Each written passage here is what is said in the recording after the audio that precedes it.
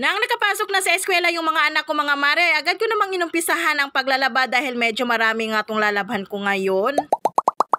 Panibagong araw at panibagong video na naman ang ibabahagi ko sa inyo ngayon mga mare, at walang iba kundi dito lang sa may bahay namin. As usual mga mare, nag-umpisa ako sa pagbablog ay dito lang naman talaga sa bahay, at kung ano ang gawain ng isang nanay ayun talaga ang ipapakita ko sa inyo. Kaya for today's video mga mare ay paglalaba at paglilinis dito sa may bahay ang gagawin ko nga ngayon. Maaga pa lang mga mare kagigising ko ay agad kong isinalang ang mga labahin ko doon sa may washing kila mama dahil wala pa naman kaming washing at nakikiwashing nga lang ako doon. Wala pa kasing budget mga mare pambili doon, kaya pansamantalang doon muna kami nakikiwashing kila mama. Para habang nagwa-washing ako mga mare at umiikot ngayon ay naghahanda naman ako ng pagkain ng mga anak ko para sa eskwela. Yun ay kinaganda mga mare kung may washing ka dahil habang nagpapaikot ka ng mga damit ay pwedeng mong asikasuhin yung mga anak mo lalong lalo na sa umaga. Kaya habang nagpapaikot ako doon sa may washing kanina mga mare ay nisikaso ko naman yung mga anak ko, naganda ako ng agahan nila at syempre inayusan ko na rin sila mga mare para pagkaalis nila ay dire-diretso na nga ang paglalaba ko. At fast forward tayo mga mare, pagkatapos kong mabanlawan itong mga nilaban ko ay agad ko namang sinampay dito sa may harap ng bahay namin. Talagang inagahan ko sa paglalaba mga mare para makahabol nga ako dito sa may init at matutuyo agad pagkahapon. At pansin nyo naman mga mare, makakapal na naman itong mga damo dito sa may harap ng bahay namin at hindi ko pa nga talaga naharap dahil laging naulan dito sa amin. Ilang araw na rin kasi mga mare na sunod-sunod ang pag-ulan dito sa amin kaya ang bilis talagang kumapal ng mga damo. Inuna ko na palang labahan itong mga uniforme ng mga anak ko at sa asawa ko mga mare dahil ito naman talaga ang importante. At dito din talaga ako natatagalan sa mga puting damit sa paglalaba mga mare dahil kailangan talagang i-sure natin na wala ng mga mancha-mancha. At fast forward tayo ulit mga mare, pagkatapos kong makapagsampay, pagkatapos kong makapaglaba lahat ay dito naman ako sa loob ng bahay dahil may tutupiin pa nga ako. Nakapaglaba na ako mga mare pero marami pa rin akong tupiin na nag-aantay sa akin. Mabuti pa tong tupiin mga mare, nag-aantay at di talaga ako iniiwan.